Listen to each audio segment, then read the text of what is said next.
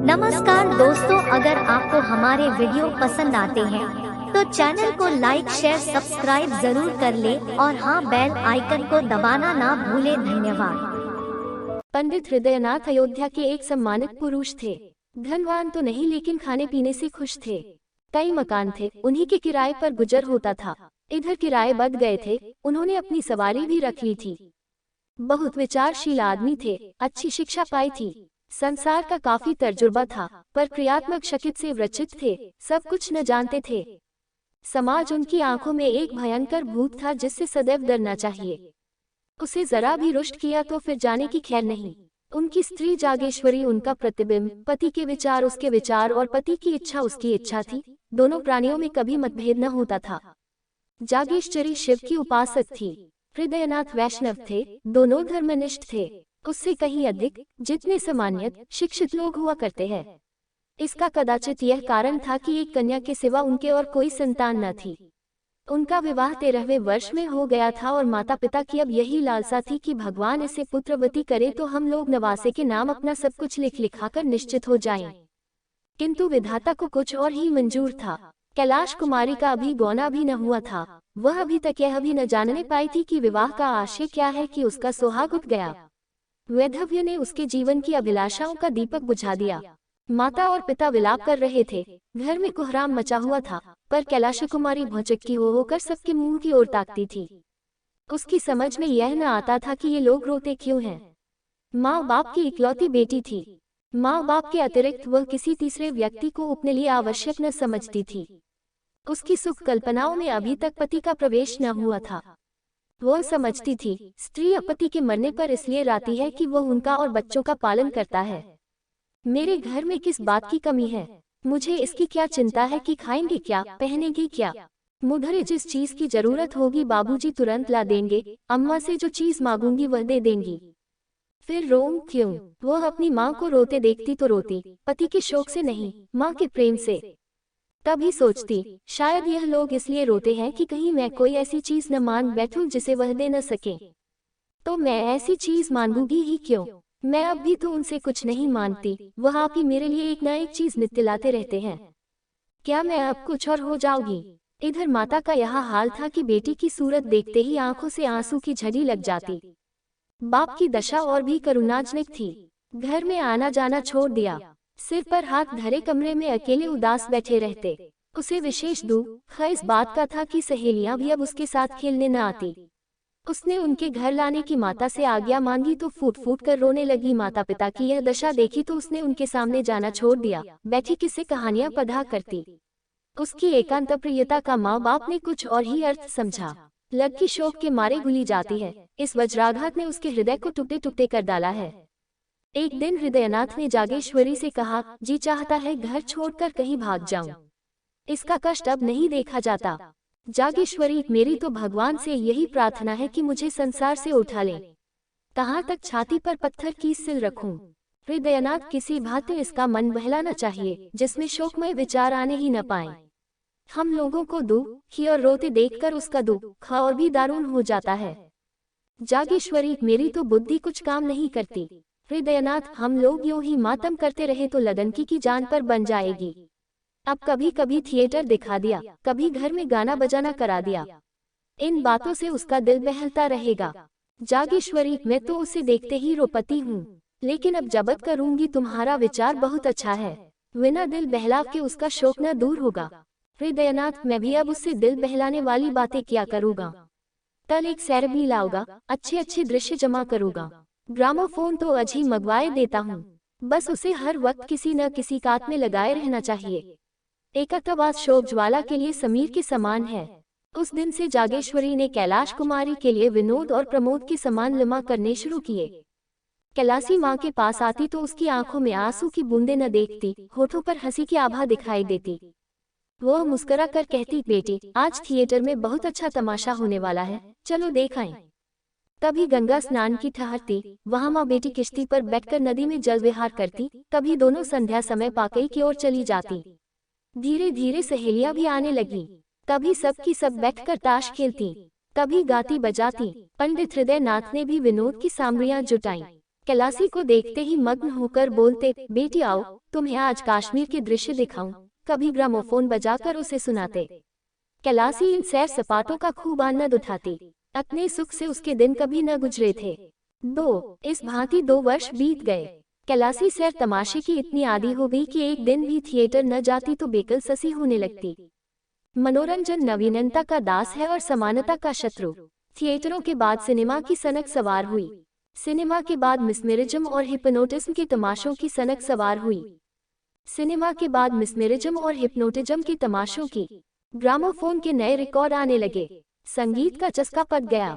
बिरादरी में कहीं उत्सव होता तो माँ बेटी अवश्य से जाती। कैलाशी नित्य इसी नशे में डूबी रहती। चलती तो कुछ गुनगुनती हुई, किसी से बातें करती तो वही थिएटर की और सिनेमा की। भौतिक संसार से अब कोई वास्ता न था। अब उसका निवास कल्पना संसार में था। दूसरे लोग की निवासन होकर उसे प्राणियों से कोई सहानुभूति न रही। किसी के दुख पर जरा दया न आती। स्वभाव में उच्छृंखलता का विकास हुआ। अपनी सुरुचि पर गर्व करने लगी। सहेलियों से डींगे मारती, यहाँ के लोग मूर्ख हैं, यह सिनेमा की कद्र क्या करेंगे। इसकी कद्र तो पश्चिम के लोग करते हैं। वहाँ मनोरंजन की सामग्रियाँ उतनी ही आवश्यक है जितनी हवा। जब ही तो वे उतने प्रसन्नचित्त रहते हैं, मानो किसी बात की चिंता ही नहीं। यहाँ किसी को इसका रस ही नहीं। जिन्हें भगवान ने सामर्थ्य भी दिया है वह भी सरंजाम से मुंह ढांक कर पड़े रहने हैं। सहेलियां कैलाशी की यह गर्वपूर्ण बातें सुनती और उसकी और भी प्रशंसा करती। वह उनका अपमान करने के आवेश में आप ही हास्यास्पद बन जाती थी। पड़ोसियों में इन सैर सपाटों की चर्चा होने लगी। लोक सम्मति किसी की रियायत नहीं करती। किसी ने सिर पर टोपी टेई रखी और पड़ोसियों की आंखों में खुबा कोई जरा अक्का कर चला और पड़ोसियों ने आवाजें कसी। विधवा के लिए पूजा पाठ है, तीर्थ व्रत है, मोटा खाना पहनना है, उसे विनोद और विलास, राग और रंग की क्या जरूरत। विधाता ने उसके द्वार बंद ही दिए हैं। लड़की प्यारी सही, लेकिन शर्म और हया भी कोई चीज होती है। जब माँ बाप ही उसे सिर चाहे हुए है तो उसका क्या दोष। मगर एक दिन आंखें खुलेगी अवश्य। महिलाएं कहती, बाप तो मर्द है, लेकिन माँ कैसी है। उसको जरा भी विचार नहीं कि दुनिया क्या कहेगी। कुछ उन्हीं की एक दुलारी बेटी थोड़ी ही है, इस भांतिमन बना अच्छा नहीं। कुछ दिनों तक तो यह खिचड़ी आपस में पकती रही। अंत को एक दिन कई महिलाओं ने जागेश्वरी के घर पदार्पण किया। जागेश्वरी ने उनका बड़ा आदर सत्कार किया। कुछ देर तक इधर उधर की बातें करने के बाद एक महिला बोली, महिलाएं रहस्य की बातें करने में बहुत अभ्यस्त होती है। बहन, तुम ही मजे में हो कि हंसी खुशी में दिन काट देती हो। हम उन तो दिन पहाड़ हो जाता है, न कोई काम न धंधा, कोई कहाँ तक बातें करे। दूसरी देवी ने आंखें मटकाते हुए कहा, अरे तो यह तो बदे की बात है। सभी के दिन हंसी खुशी से कटे तो रोए कौन। यहाँ तो सुबह से शाम तक चक्की चूल्हे से छुट्टी नहीं मिलती। किसी बच्चे को दस्त आ रहे तो किसी को ज्वर चढ़ा हुआ है, कोई मिठाइयों की रट कहा है तो कोई पैसों के लिए महानामत मचाए हुए है। दिन भर हाय हाय करते बीत जाता है। सारे दिन कठपुतलियों की भांति नाचती रहती हूँ। तीसरी रमणी ने इस कथन का रहस्यमय भाव से विरोध किया, बदे की बात नहीं, वैसा दिल चाहिए। तुम्हें तो कोई राज सिंहासन पर बिठा दे तब भी तस्कीन न होगी, तब और भी हाय हाय करोगी। इस पर एक वृद्धा ने कहा, नौ जैसा दिल, यह भी कोई दिल है कि घर में चाहे आग लग जाए, दुनिया में कितना ही उपहास हो रहा हो, लेकिन आदमी अपने राग रंग में मस्त रहे। वह दिल है कि पत्थर, हम गृहिणी कहलाती है, हमारा काम है अपनी गृहस्थी में रत रहना, आमोद प्रमोद में दिन काटना हमारा काम नहीं। और महिलाओं ने इन निर्दय व्यंग्य पर लज्जित होकर सिर झुका लिया। वे जागेश्वरी की चटुकियां लेना चाहती थी, उसके साथ बिल्ली और चूहे की निर्दयी क्रीड़ा करना चाहती थी। आहत को तड़पाना उनका उद्देश्य था। इस खुली हुई चोट ने उनके पर पीड़न प्रेम के लिए कोई गुंजाइश न छोड़ी, किंतु जागेश्वरी को ताना मिल गई। स्त्रियों के विदा होने के बाद उसने जाकर पति से यह सारी कथा सुनाई। हृदयनाथ उन पुरुषों में न थे जो प्रत्येक अवसर पर अपनी आत्मिक स्वाधीनता का स्वांग भरते हैं, हठधर्मी को आत्म स्वातंत्र्य के नाम से छिपाते हैं। वह सच्चित भाव से बोले, तो अब क्या होगा। जागेश्वरी, तुम ही कोई उपाय सोचो। हृदयनाथ, पड़ोसियों ने जो आक्षेप किया है वह सर्वथा उचित है। कैलाश कुमारी के स्वभाव में मुझे एक सविचित्र अंतर दिखाई दे रहा है। मुझे स्वयं ज्ञात हो रहा है कि उसके मन बहलाव के लिए हम लोगों ने जो उपाय निकाला है वह मुनासिब नहीं है। उनका यह कथन सत्य है कि विधवाओं के लिए आमोद प्रमोद वर्जित है। अब हमें यह परिपाटी छोड़नी पड़ेगी। जागेश्वरी, लेकिन कैलाशी तो अनखेल तमाशों के बिना एक दिन भी नहीं रह सकती। हृदयनाथ उसकी मनोवृत्तियों को बदलना पड़ेगा। 3. शनैः शनि यह विलोसोन्माद शांत होने लगा। वासना का तिरस्कार किया जाने लगा। पंडित जी संध्या समय ग्रामोफोन न बजाकर कोई धर्म ग्रंथ सुनते। स्वाध्याय संसम उपासना में माँ बेटी रत रहने लगी। कैलासी को गुरुजी ने दीक्षा दी। मोहल्ले और बिरादरी की स्त्रियां आईं। उत्सव मनाया गया। माँ बेटी अब किश्ती पर सैर करने के लिए गंगा न जाती, बल्कि स्नान करने के लिए मंदिरों में नित्य जाती। दोना एकादशी का निर्जल व्रत रखने लगी। कैलासी को गुरुजी नित्य संध्या समय धर्मोपदेश करते। कुछ दिनों तक तो कैलासी को यह विचार परिवर्तन बहुत कष्टजनक मालूम हुआ, पर धर्मनिष्ठा नारियों का स्वाभाविक गुण है। थोड़े ही दिनों में उसे धर्म से रुचि हो गई। अब उसे अपनी अवस्था का ज्ञान होने लगा था। विषय वासना से चित्त आप ही आप खींचने लगा। पति का यथार्थ आशय समझ में आने लगा था। पति ही स्त्री का सच्चा पथ प्रदर्शक और सच्चा सहायक है। पति विहीन होना किसी घोर पाप का प्रायश्चित है। मैंने पूर्व जन्म में कोई अकर्म किया होगा। पतिदेव जीवित होते तो मैं फिर माया में फंस जाती। प्रायश्चित कर अवसर कहाँ मिलता। गुरुजी का वचन सत्य है कि परमात्मा ने तुम्हें पूर्व कर्मों के प्रायश्चित का अवसर दिया है। वैधव्य यातना नहीं है, जीवोद्धार का साधन है। मेरा उद्धार त्याग, विराग, भक्ति और उपासना से होगा। कुछ दिनों के बाद उसकी धार्मिक वृत्ति इतनी प्रबल हो गई कि अन्य प्राणियों से वह पृथक रहने लगी। किसी को न छूती, महरियों से दूर रहती, सहेलियों से गले तक न मिलती, दिन में दो तीन बार स्नान करती, हमेशा कोई न कोई धर्म ग्रंथ पढ़ा करती। साधु महात्माओं के सेवा सत्कार में उसे आत्मिक सुख प्राप्त होता। जहाँ किसी महात्मा के आने की खबर पाती, उनके दर्शनों के लिए कपकल हो जाती। उनकी अमृतवाणी सुनने से जीना भरता। मन संसार से विरक्त होने लगा। तल्लीनता की अवस्था प्राप्त हो गई। घंटों ध्यान और चिंतन में मग्न रहती। सामाजिक बंधनों से घृण हो गई। घंटों ध्यान और चिंतन में मग्न रहती। हृदय स्वाधीनता के लिए लालायित हो गया। यहाँ तक कि 3 ही वर्षों में उसने संन्यास ग्रहण करने का निश्चय कर लिया। माँ बाप को यह समाचार ज्ञात हुआ ता होश उठ गए। माँ बोली, बेटी अभी तुम्हारी उम्र ही क्या है कि तुम ऐसी बातें सोचती हो। कैलाश कुमारी, माया मोह से जितनी जल्द निवृत्ति हो जाए उतना ही अच्छा। हृदयनाथ, क्या अपने घर में रहकर माया मोह से मुक्त नहीं हो सकती हो। माया मोह का स्थान मन है, घर नहीं। जागेश्वरी, कितनी बदनामी होगी। कैलाश कुमारी, अपने को भगवान के चरणों पर अर्पण कर चुकी तो बदनामी क्या चिंता।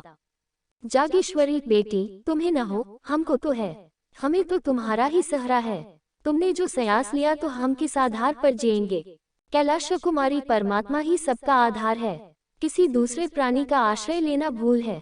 दूसरे दिन यह बात मोहल्ले वालों के कानों में पहुंच गई। जब कोई अवस्था असाध्य हो जाती है तो हम उस पर व्यंग करने लगते हैं।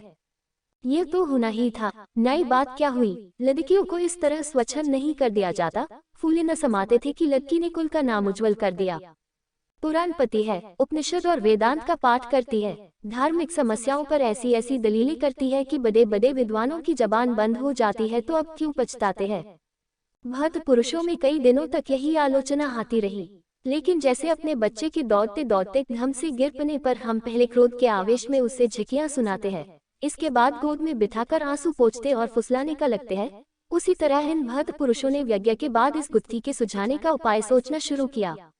कई सज्जन हृदयनाथ के पास आए और सिर झुकाकर बैठ गए। विषय का आरंभ कैसे हो। कई मिनट के बाद एक सज्जन ने कहा, सुना है डॉक्टर गौर का प्रस्ताव आज बहुमत से स्वीकृत हो गया। दूसरे महाशय बोले, यह लोग हिंदू धर्म का सर्वनाश करके छोड़ेंगे। कोई क्या करेगा, जब हमारे साधु महात्मा हिंदू जाति के स्तंभ है, इतने पतित हो गए हैं कि भोली भाली युवतियों को बहकाने में संकोच नहीं करते, तो सर्वनाश होने में रह ही क्या गया। हृदयनाथ, यह विपत्ति तो मेरे सिर ही पड़ी हुई है। आप लोगों को तो मालूम होगा। पहले महाशय, आप ही के सिर क्यों, हम सभी के सिर पड़ी हुई है। दूसरों महाशय, समस्त जाति के सिर कहिए। हृदयनाथ, उद्धार का कोई उपाय सोचिए। पहले महाशय, अपने समझाया नहीं। हृदयनाथ समझा के हार गया, कुछ सुनती ही नहीं। तीसरे महाशय, पहले ही भूल हुई, उसे इस रास्ते पर उतरना ही नहीं चाहिए था। पहले महाशय, उस पर पछताने से क्या होगा, सिर पर जो पड़ी है उसका उपाय सोचना चाहिए। आपने समाचार पत्रों में देखा होगा, कुछ लोगों की सलाह है कि विधवाओं से अध्यापकों का काम लेना चाहिए। यद्यपि मैं इसे भी बहुत अच्छा नहीं समझता, पर सन्यासिनी बनने से तो कहीं अच्छा है। लड़की अपनी आंखों के सामने तो रहेगी। अभिप्राय केवल यही है कि कोई ऐसा काम होना चाहिए जिसमें लड़की का मन लगे। किसी अवलंब के बिना मनुष्य को भटक जाने की शंका सदैव बनी रहती है। जिस घर में कोई नहीं रहता उसमें चमगादड़ बसेरा कर लेते हैं। दूसरे महाशय, सलाह तो अच्छी है, मोहल्ले की 10-5 कन्याएं पने के लिए बुला ली जाएं। उन्हें किताबें, गुड़िया आदि इनाम मिलता रहे तो बड़े शौक से आएंगी। लक्की का मन तो लग जाएगा। हृदयनाथ, देखना चाहिए, भरसक समझाओगा। जो ही यह लोग विदा हुए, हृदयनाथ ने कैलाश कुमारी के सामने यह तजवीज पेश की। कैलासी को शून्यस्त के उच्च पद के सामने अध्यापिका बनना अपमानजनक जान पड़ता था। कहाँ वह महात्माओं का सत्संग, वह पर्वतों की गुफा, वह सुरम्य प्राकृतिक दृश्य, वह हिमराशि की ज्ञान में ज्योति, वह मानसरावर और कैलाश की शुभ्र छटा, वह आत्मदर्शन की विशाल कल्पनाएं, और कहाँ बालिकाओं को चिड़ियों की भांति पाना। लेकिन हृदयनाथ कई दिनों तक लगातार सेवा धर्म का महात्म्य उसके हृदय पर अंकित करते रहे। सेवा ही वास्तविक संन्यास है। सन्यासी केवल अपनी मुक्ति का इच्छुक होता है, सेवा व्रतधरी अपने को परमार्थ की वेदी पर बलि दे देता है। इसका गौरव कहीं अधिक है। देखो, ऋषियों में दधीची का जो यश है, हरिश्चंद्र की जो कीर्ति है, सेवा त्याग है आदि, उन्होंने इस कथन की उपनिषदों और वेद मंत्रों से पुष्टि की, यहाँ तक कि धीरे धीरे कैलासी के विचारों में परिवर्तन होने लगा। पंडित जी ने मोहल्ले वालों की लड़कियों को एकत्र किया, पाठशाला का जन्म हो गया। नाना प्रकार के चित्र और खिलौने मंगाए। पंडित जी स्वयं कैलाश कुमारी के साथ लड़कियों को पाते। कन्याएं शौक से आती, उन्हें यहाँ की पढ़ाई खेल मालूम होता। थोड़े ही दिनों में पाठशाला की धूम हो गई, अन्य मोहल्लों की कन्याएं भी आने लगी। 4. कैलाश कुमारी की सेवा प्रवृत्ति दिनों दिन तीव्र होने लगी। दिन भर लड़कियों को लिए रहती, कभी पढ़ाती, कभी उनके साथ खेलती, कभी सीना पिरोना सिखाती। पाठशाला ने परिवार का रूप धारण कर लिया। कोई लड़की बीमार हो जाती तो तुरंत उसके घर जाती, उसकी सेवा शुश्रूषा करती, गाकर या कहानियां सुनाकर उसका दिल बहलाती। पाठशाला को खुले हुए साल भर हुआ था। एक लड़की को, जिससे वह बहुत प्रेम करती थी, चेचक निकल आई। कैलासी उसे देखने गई। माँ बाप ने बहुत मना किया, पर उसने न माना। कहा, तुरंत लौट आऊंगी। लड़की की हालत खराब थी। कहाँ तो रोते रोते तालू सूखता था, कहाँ कैलासी को देखते ही सारे कष्ट भाग गए। कैलासी 1 घंटे तक वहाँ रही। लड़की बराबर उससे बातें करती रही, लेकिन जब वह चलने को उठी तो लड़की ने रोना शुरू कर दिया। कैलासी मजबूर होकर बैठ गई। थोड़ी देर बाद वह फिर उठी तो फिर लड़की की यह दशा हो गई। लड़की उसे किसी तरह छोड़ती ही न थी। सारा दिन गुजर गया, रात को लड़की ने जाने न दिया। हृदयनाथ उसे बुलाने को बार बार आदमी भेजते, पर वह लड़की को छोड़कर न जा सकती। उसे ऐसी शंका होती थी कि मैं यहाँ से चली और लड़की हाथ से गई। उसकी माँ विमाता थी, इससे कैलासी को उसके ममत्व पर विश्वास न होता था। इस प्रकार 3 दिनों तक वह वहाँ रही।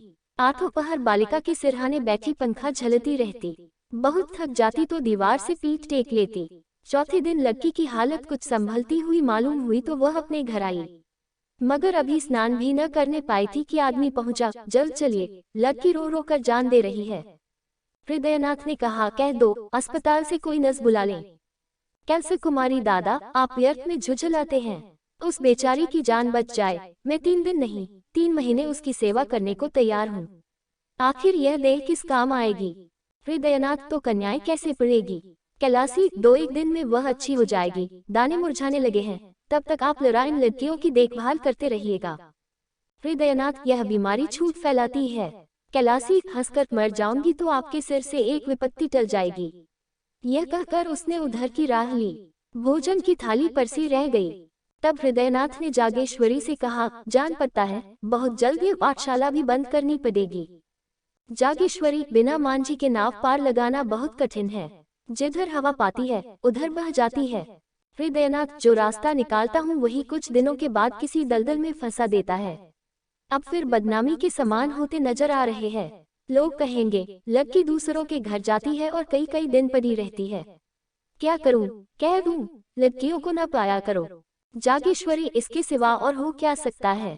कैलाश कुमारी 2 दिन बाद लौटी तो हृदयनाथ ने पाठशाला बंद कर देने की समस्या उसके सामने रखी।